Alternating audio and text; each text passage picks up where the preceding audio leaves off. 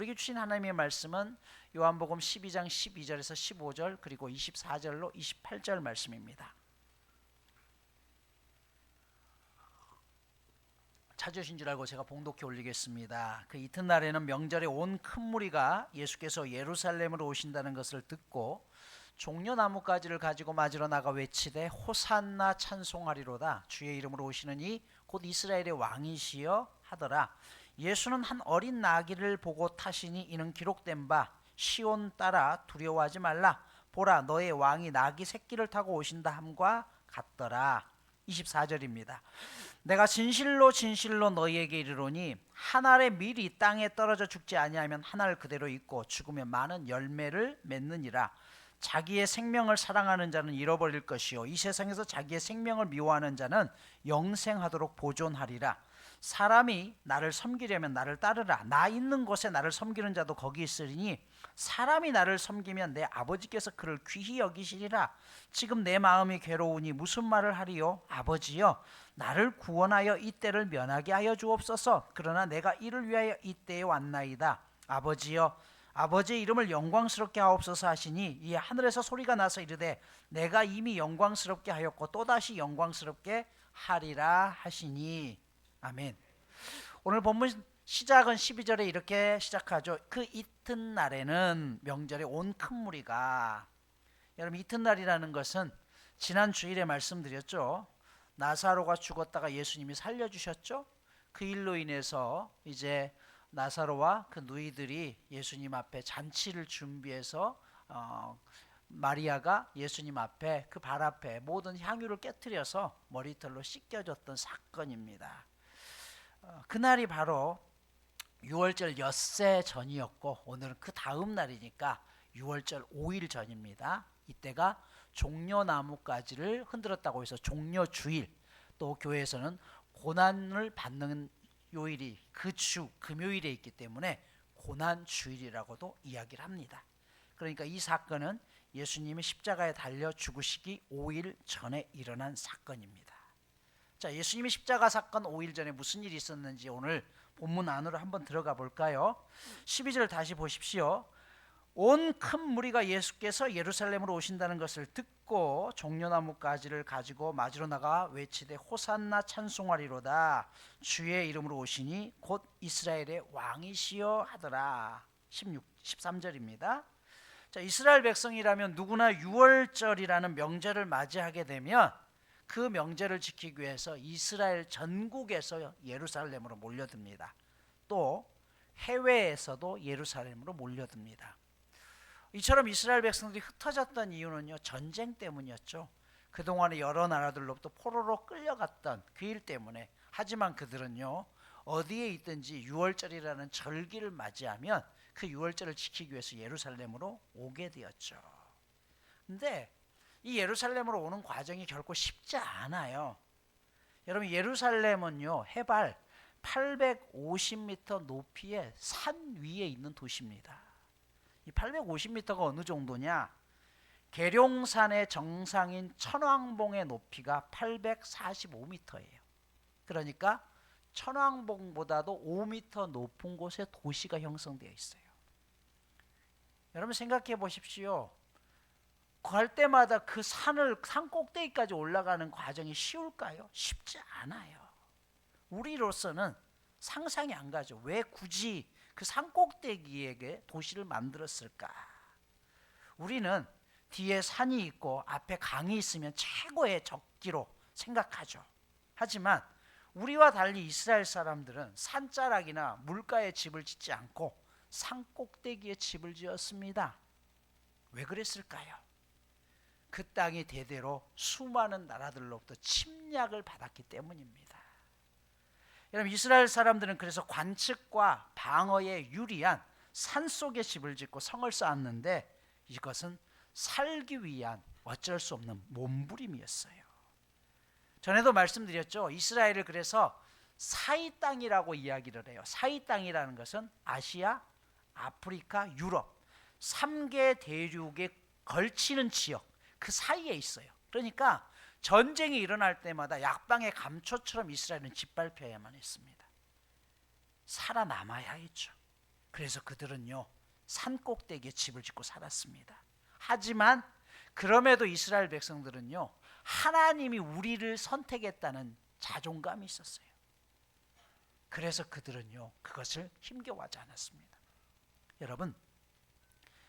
여러분들은 정말 여러분들이 하나님의 자녀라는 그런 자존감이 있습니까?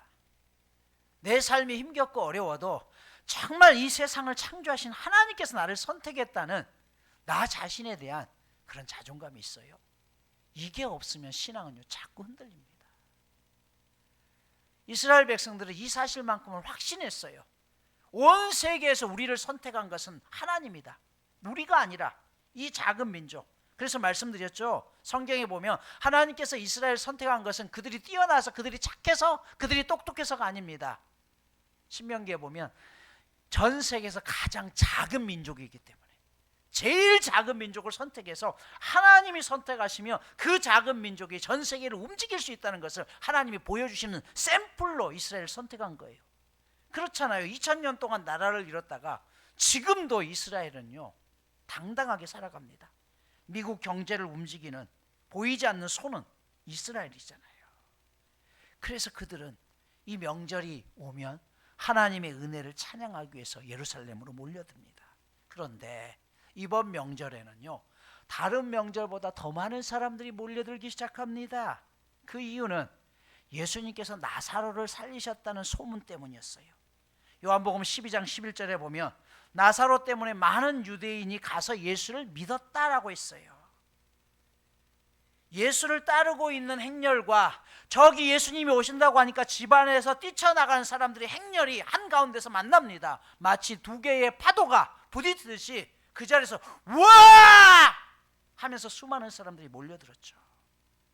그 중에 어떤 사람이 먼저 종려나무가지를 끌고서 호산나! 호산나! 주님의 이름으로 오시는 이여 복이 있기를, 이스라엘의 왕에게 복이 있기를. 여러분, 이 호산나라는 말은요 우리를 구원해달라는 것입니다. 사람들은 예수님을 향해서 열광하면서 예수님께 제발 우리를 구원해 주소서라고 이야기합니다. 무엇 때문에요? 동일한 주제를 다루고 있는 마태복음 21장 10절에서는요 예수님을 환호하는 사람들의 무리가 얼마나 컸던지 지축이 흔들릴 정도라고 있어요. 땅이 진동했대요. 여러분, 성전의 중심은 그 당시에 대제사장들이었습니다. 제사장의 원래 뜻은요 다리를 놓는 사람이란 뜻이에요. 어떤 다리예요? 하나님과 사람들 간에 연결할 수 있는 중간 다리 역할을 하는 사람이 제사장입니다.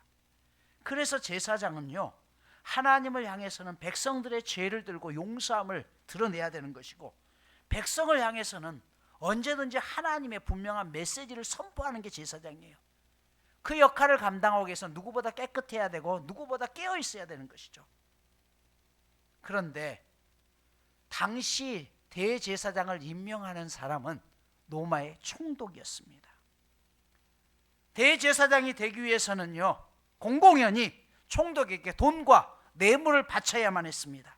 그러기 위해서는 노비 자금이 필요했고요, 그 돈은 결국 가난한 백성들의 주머니에서 나올 수밖에 없었습니다. 가장 거룩한 성직을 돈을 주고 사는 것, 그 자체부터 이미 제사장의 역할이 끝나고 말았습니다. 오늘날 우리도 그렇잖아요. 세상 사람들이 교회를 보면서 실망하는 게 뭐예요? 어마어마한 수만 명의 교회들을 자기 자식에게 세습처럼 물려주고, 그게 안 되면 교차 지원하죠. 사이 보내고 이쪽 보내서 우리끼리 다 해먹는 것. 여러분, 그런 순간부터 이미 교회는 타락의 길을 걷게 되는 것이고, 세상은 그런 모습을 보면서 교회 또한 이미 끝이다라고 이야기합니다. 바로 이 시대도 그랬습니다. 성전은 어떻습니까? 헤롯이 재건했던 성전은요 46년 동안이나 어마어마하게 크게 성전이 지어졌습니다. 하지만 그 성전 건축을 위해서 필요한 모든 돈은 백성들의 세금이었습니다. 그리고 실제로 일을 해야 되는 부역의 일에도 함께 동참했습니다. 성전이 세워진 다음에 예루살렘 성전에서 받는 성전세와 순례객들이 떨고 가는 헌금으로 말미암아 막대한 부를 축적했습니다. 하지만 이 막대한 부가 가난한 백성들에게 돌아간 적은 없습니다. 다 제사장, 그 다음에 사두계층, 그들의 주머니로 들어갔습니다. 그래서 그들은요, 더 많이 벌고 더 안전하기 위해서 각자 집에 돈을 주고 사병까지 세워야 했단, 얻은 게 많기 때문에요, 잃어버린 게 두려운 것이죠. 성전 관리자는 여기서 끝나는 게 아니라 가난한 사람들에게 비싼 이자로 돈을 대부해주고 채무 기록을 보관했다가 기한이 돼도 갚지 못하면 그들의 땅까지 압수했습니다. 예루살렘은 더 이상 백성들에게 안식을 주고 평화를 주는 곳이 아니었습니다. 하나님의 이름으로 백성들의 고열을 짜내는 것이었습니다. 예수님께서 그래서 채찍을 들어서 성전을 정화하신 것은 단순히 성전에서 장사하고 있는 행위를 금하신 것으로만 끝난 것이 아니라 그렇게 세워진 성전 그 자체를 부정하는 거예요. 건물이 뭐가 중요하냐는 거예요.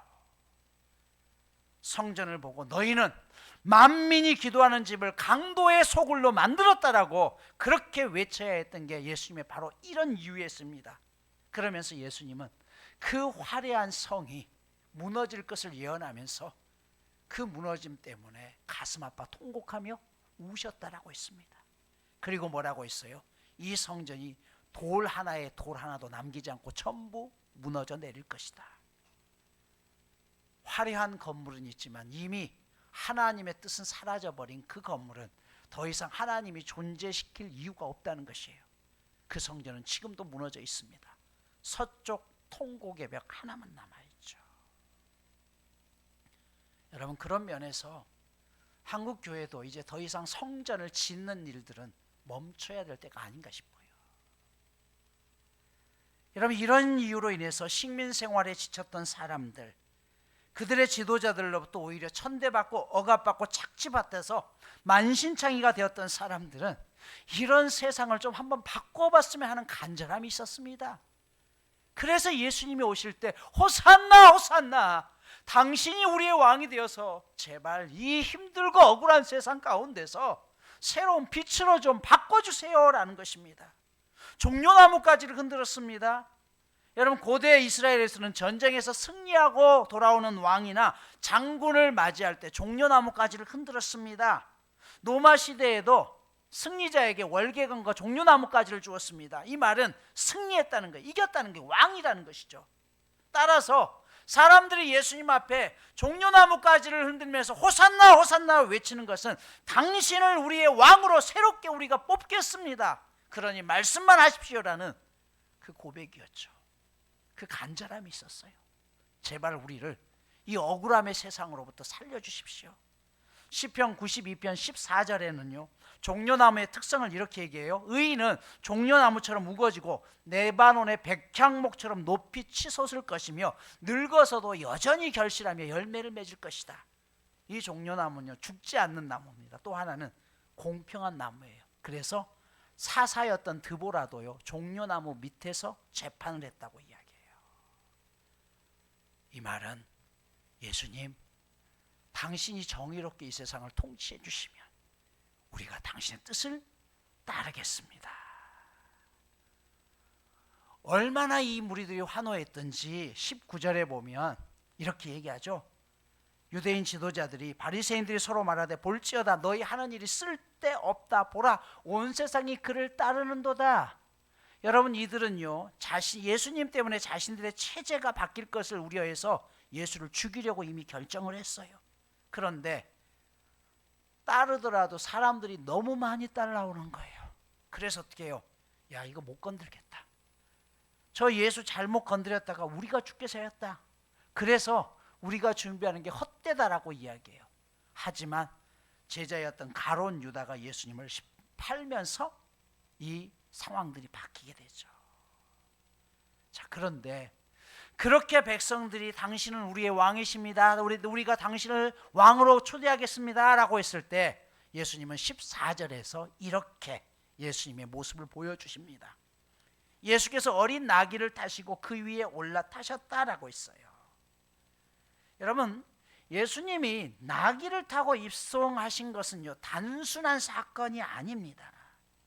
당시 고대 왕들은 전쟁에서 승리하거나 정복자의 행진을 할 때는 반드시 말을 탔습니다. 말은 승리고요, 정복한다는 뜻을 가지고 있어요. 말은 전쟁, 힘, 권세를 이야기합니다. 북한의 김정은도 맨날 말을 타는데 그 말이 오래 못 간다고 하죠. 너무 화중이 많이 받아서 허리병에 걸린대요. 여러분, 말을 타는 이유는요, 정복자로 온다는 뜻이에요. 시인이었던 정지용은 그래서 말이라는 시에서 이렇게 시를 써서 고백합니다. 말아, 다락 같은 말아. 말을 다락이라고 했습니다. 어린아이가요, 다락을 올라가기 위해서는 사다리로 올라가야 돼요. 그래서 옛날 우리 엄마 아빠들은 귀한 게 있으면 아이의 손이 닿지 않도록 다락에다 올려놓은 거죠. 근데 이 아이에게 이 다락은 너무 높은 존재예요.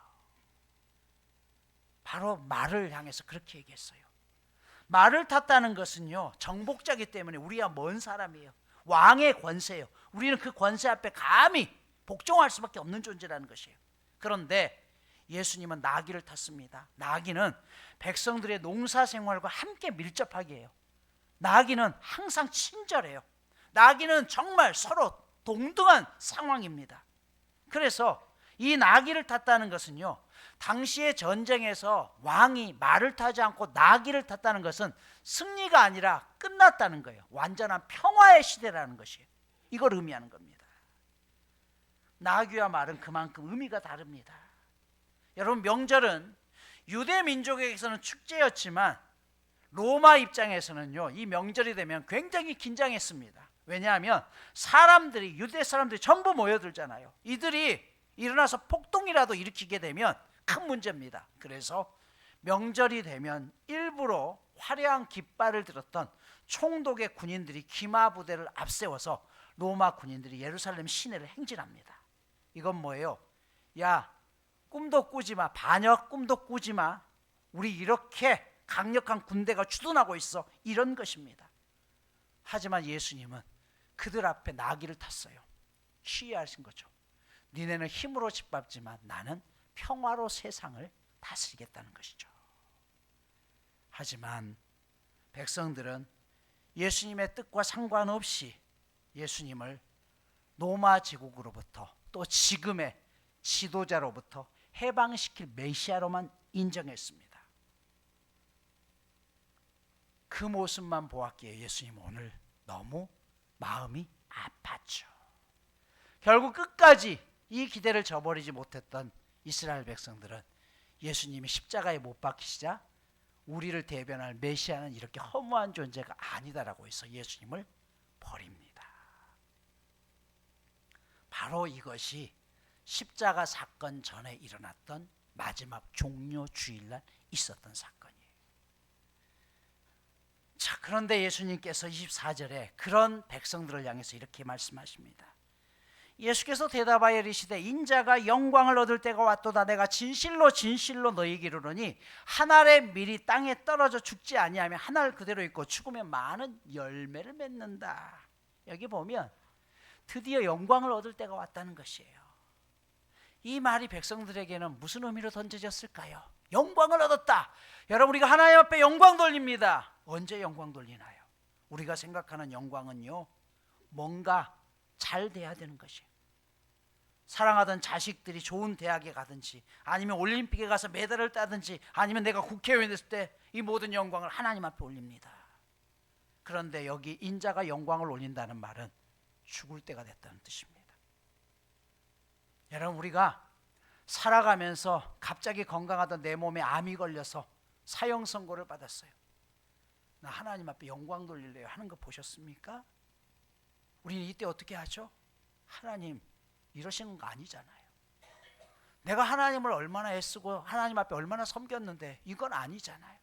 내가 하던 일이 폭삭 망해요. 하나님, 내가 하나님 앞에 그렇게 울면서 기도하고 그렇게 애썼는데 결과는 이겁니까? 오늘 그 말입니다. 죽어야 된대요. 그래서 썩어야 된대요. 그래야 영광을 올린다는 것입니다. 우리가 생각하는 영광과 전혀 다른 것이죠.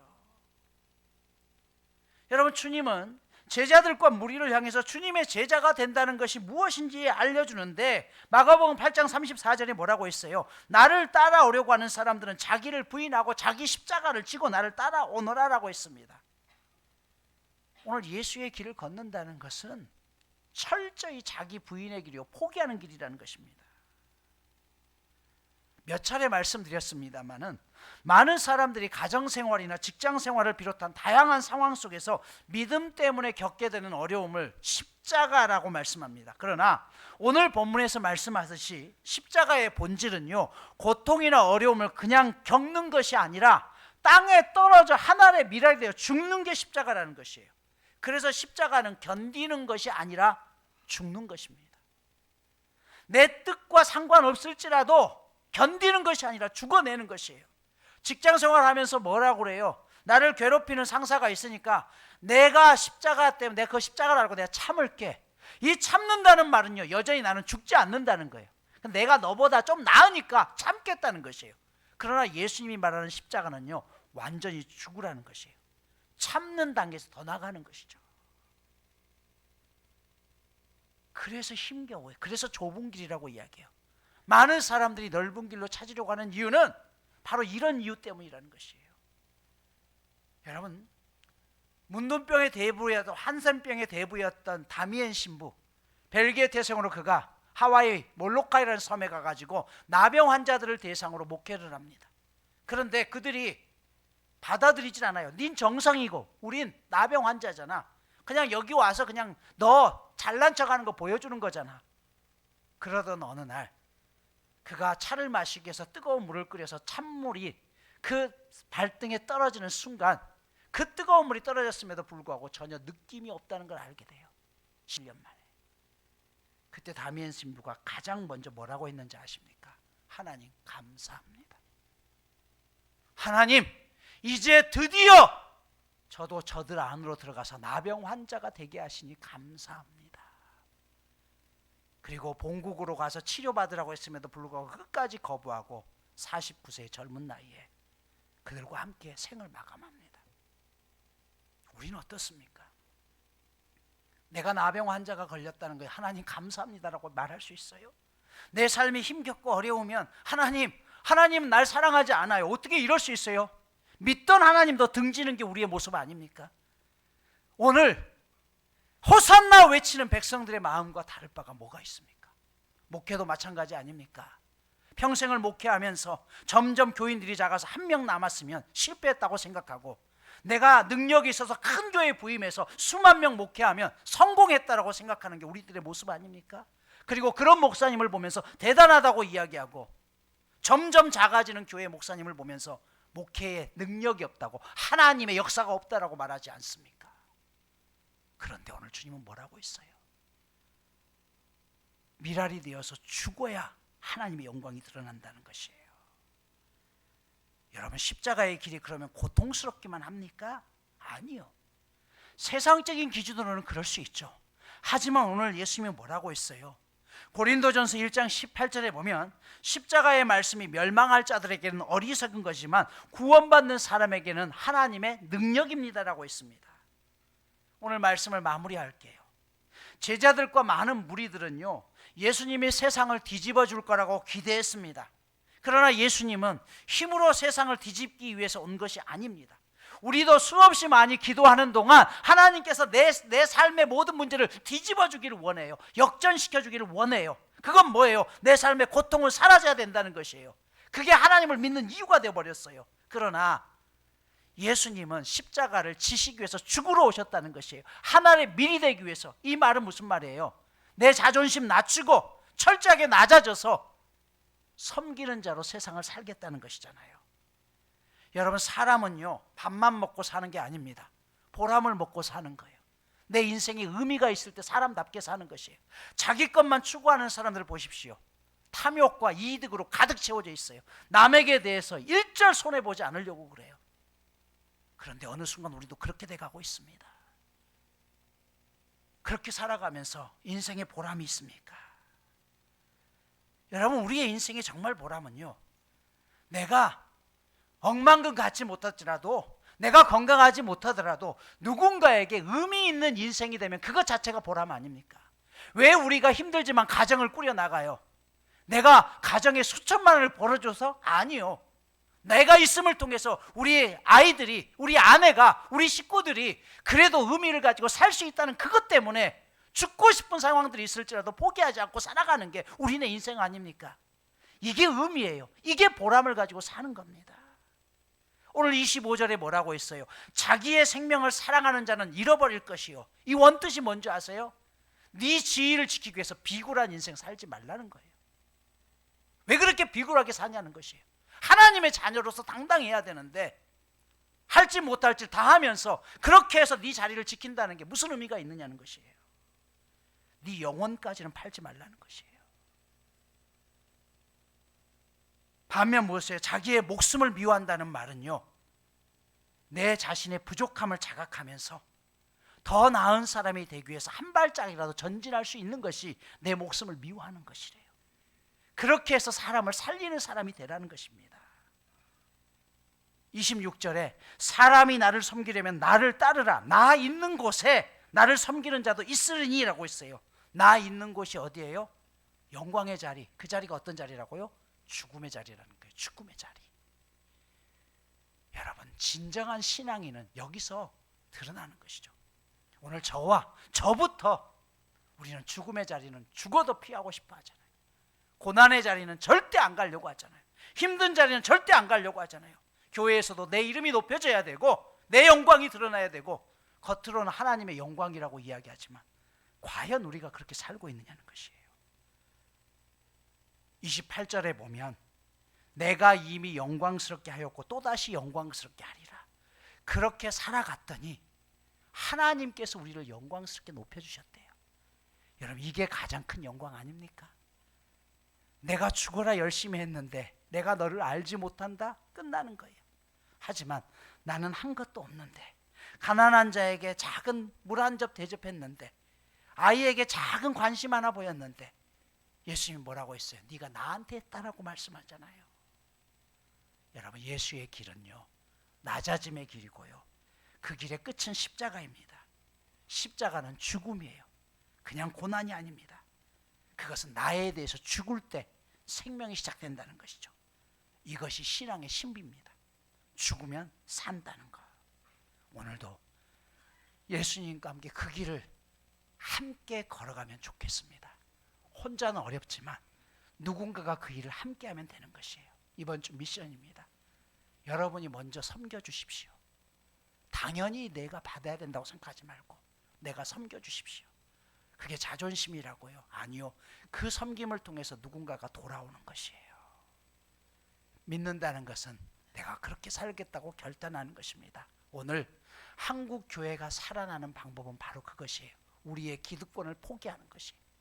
그리고 다시 예수님 앞에 엎드리는 것입니다. 이 역사와 저와 여러분을 통해서 생명나무 교회부터 시작되는 놀라운 역사가 있기를 축복합니다.